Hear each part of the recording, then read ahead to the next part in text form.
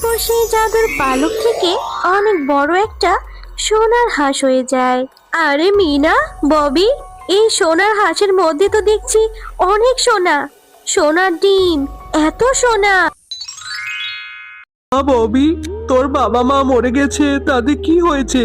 আমি তো আছি। তোর মামা যতদিন বেঁচে আছে ততদিন তোকে দেখে রাখবে। মা, তুই আমার সাথে চল।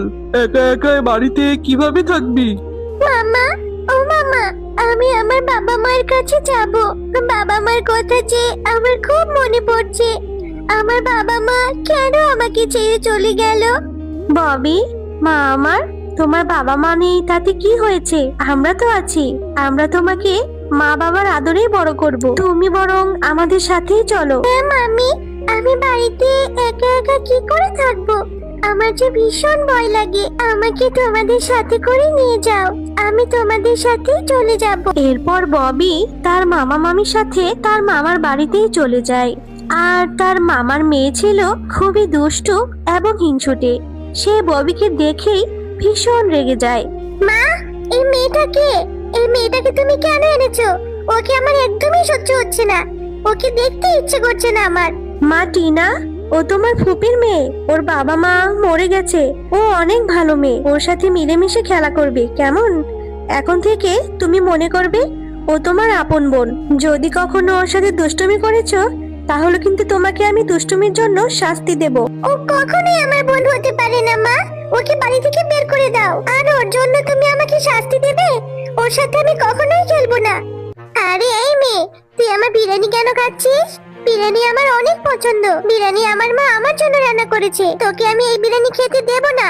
তুমি আমার সাথে এমন কেন করছো বোন? আমি তো তোমার বোন হই। তুমিও আমার সাথে বিরিয়ানি খাবে? আসো আসো। আমি কখনোই তোকে বিরিয়ানি খেতে দেব না। এই বিরিয়ানি আমার। আমি এই বিরিয়ানি নিয়ে চলে যাব। এরপর টিনা ববির কাছ থেকে বিরিয়ানি নিয়ে চলে যায়। আমার যে খুব খিদে পেয়েছে। বোন আমার দিকে বিরিয়ানি নিয়ে চলে গেল। আমার বাবা মা নেই বলে আমাকে কেউ ভালোবাসে না। কি রে মা ববি, এভাবে কাঁদছিস কেন? কি হয়েছে রে তোর? মামি, বোন আমার দিকে বিরিয়ানিটা নিয়ে চলে গেছে। বোন আমাকে বিরিয়ানি খেতে দেবে না।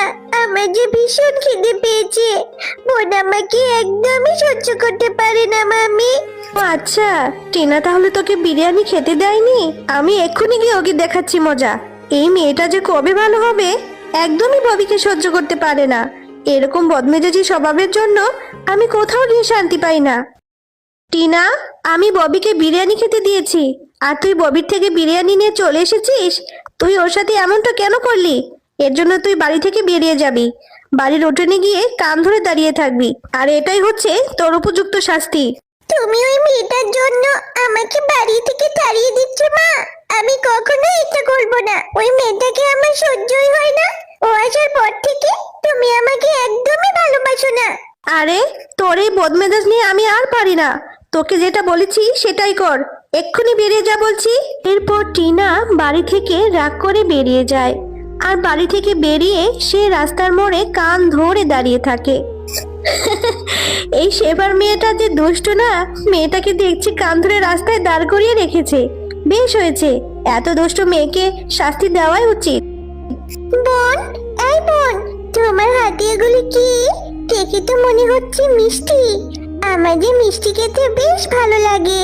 আমাকে একটা মিষ্টি দাও না বোন। আরে তোকে আমি মিষ্টি দেব না। তোর জন্য আমাকে শাস্তি পেতে হয়েছে। তুই আমার আপন বোন নস। তোকে তো আমি কখনোই মিষ্টি দেব না। ছোটা কোথাকার, এখান থেকে যা। আমার খাবারের উপর ভাগ বসিয়েছিস। তোকে আমি কিভাবে শাস্তি দিতে হয় এটা আমি খুব ভালো করে জানি। এখন মা তোকে শাস্তি দেবে। এখন শুধু চেয়ে চেয়ে দেখ আমি কিভাবে তোর শাস্তির ব্যবস্থা করি। দেখ, আমি হাঁড়িটা ফেলে দিয়েছি। এখন মাকে আমি দেখে বলবো তুই মিষ্টিগুলো ফেলে দিয়েছিস। মা, কোথায় গেলে? দেখো, ববি আমার মিষ্টির হাঁড়ি ভেঙে ফেলেছে। ও মা, ববিকে তুমি শাস্তি দাও।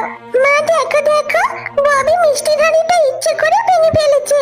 আমার কাছে মিষ্টি খেতে চেয়েছিল। আমি বলেছি আমি তোকে মিষ্টি দেব না। মা এসে মিষ্টি দেবে। আর ও আমার উপর জেদ করে সব মিষ্টি নষ্ট করেছে। মামি, বোন মিথ্যে কথা বলেছে।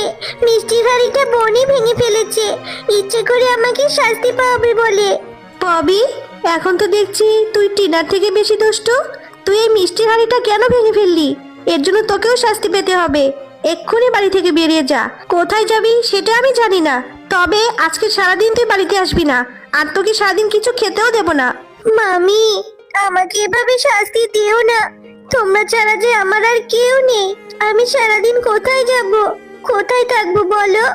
আমার যে না খেতে পেয়ে খুব কষ্ট হয়। আমি এসব কিচ্ছু জানি না, আর আমি তোর কোনো কথাও শুনতে চাই না। তুই কোথায় যাবি, কি খাবি সেটাও আমি জানি না। আমি শুধু এটা জানি তুই এখন বাড়ি থেকে বেরিয়ে যাবি। অনেক দুষ্ট হয়েছিস, আদর পেয়ে পেয়ে একদম বাদর হয়ে গেছিস। যা, এক্ষুনি বেরিয়ে যা। এরপর ববি মন খারাপ করে বাড়ি থেকে বেরিয়ে যায়। বাবা মা, তোমরা আমাকে ছেড়ে কোথায় চলে গেলে? মামিও আমাকে বাড়ি থেকে বের করে দিল। আমার যে গহীন জঙ্গলে খুব ভয় লাগছে। আমি এখন কোথায় যাব? আমার যে যাওয়ার মতো কোনো জায়গা নেই। সারাদিন আমি এখানে কিভাবে কাটাবো? আমার যে ভীষণ খিদে পেয়েছে। আরে এই মেয়ে, তুমি এই গহীন জঙ্গলের মধ্যে বসে বসে কাঁদছো কেন? তোমার কি হয়েছে? ও বাবা, এটা তো দেখছি পরী। পরী, তুমি তো দেখতে অনেক সুন্দর। জানো, আমার মামি আমাকে বাড়ি থেকে বের করে দিয়েছে, আর আমার বাবা মাও অ্যাক্সিডেন্টে মারা গিয়েছে। আমার যাওয়ার মতো কোনো জায়গা নেই। তুমি আমাকে একটু সাহায্য করো না। আমি কোথায় যাব? মামি বলেছে আজকে সারাদিন আমাকে বাড়িতে যেতে দেবে না, আমাকে কিছু খেতেও দেবে না। ও আচ্ছা, তাহলে তো তোমার মনে অনেক কষ্ট। আমি তোমাকে সাহায্য করব। এই নাও, আমি তোমাকে এই জাদুর পালকটি দিয়ে দিচ্ছি। তুমি এই পালকের কাছে যেটা চাইবে, সৃষ্টিকর্তা তোমাকে সেটাই দিয়ে দেবে, আর তোমার মামির মনের ইচ্ছাও পূরণ করবে। তবে মনে রেখো, যে কোনো একটা ইচ্ছাই এই পালক পূরণ করবে। ও আচ্ছা, ঠিক আছে। কিন্তু আমার মামি যদি এই পালকটা রেখে আমাকে আমার বাড়ি থেকে বের করে দেয়? আরে না, তোমার মামি তোমাকে বাড়ি থেকে বের করবে না। এই পালকটা নিয়ে তোমার মামিকে দিলে তোমার মামি আরো তোমাকে বেশি আদর করবে। এবার বাড়িতে চলে যাও, এই জঙ্গল তোমার জন্য নিরাপদ নয়। কি রে ববি, তোকে না বলেছি সারাদিন বাড়িতে আসবি না? তাহলে তুই এখনই কেন চলে আসলি, আর হাতে এটা কি নিয়ে এসেছিস? মামি, এটা জাদুই পালক। আমাকে একটা পরী দিয়েছে।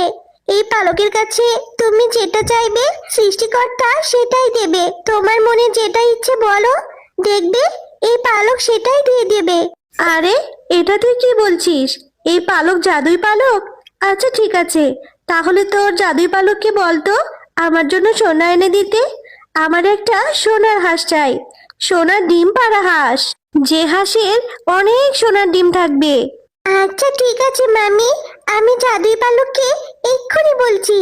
কিন্তু এই জাদুই পালক যে কোনো একটা ইচ্ছাই পূরণ করবে, এরপর আর সে কোনো জাদু করতে পারবে না। জাদুই পালক, আমার মামির জন্য সোনার হাঁস চাই, সোনার ডিম পাড়া হাঁস। তুমি এনে দাও তো দেখি। এরপর জাদুই পালক অদ্ভুত একটি সোনার হাঁস দেয়। মাম্মি, দেখো দেখো, সত্যি একটা সোনার হাঁস হয়েছে। আর এই হাঁসের মধ্যেই হয়তো সোনার ডিম পাওয়া যাবে। আরে আরে, সত্যিই তো চকচকে সোনার একটি হাঁস। এত সোনা! চল চল, আমরা এই হাঁসের ঘরের মধ্যে গিয়ে দেখি। আরে, এই হাঁসের ঘরের মধ্যে তো দেখছি সবকিছুই সোনা। এই সোফাগুলো চকচক করছে, অনেক সোনার ডিম। আমরা তো এখন কোটিপতি হয়ে যাব। মামি, তুমি তো এখন অনেক সোনা পেয়েছো। তুমি এখন আবার আমাকে বাড়ি থেকে বের করে দেবে না তো, বলো? না রে মা, আমি আর কখনোই তোকে বাড়ি থেকে বের করে দেব না। এই সবকিছুই তোর, আর এই সবকিছু তুই ভোগ করবি রে মা। তোর সরল মনের জন্যই সৃষ্টিকর্তা তোকে এত কিছু দিয়েছে। এখন থেকে আমি আর তোকে কখনোই শাস্তি দেব না। হ্যাঁ বোন, তুমি অনেক ভালো। আমি আমার ভুল বুঝতে পেরেছি। এখন থেকে আমিও তোমাকে ভালোবাসবো। দুই বোন মিলেমিশে থাকবো। আমি আর কখনো তোমার সাথে দুষ্টুমি করব না।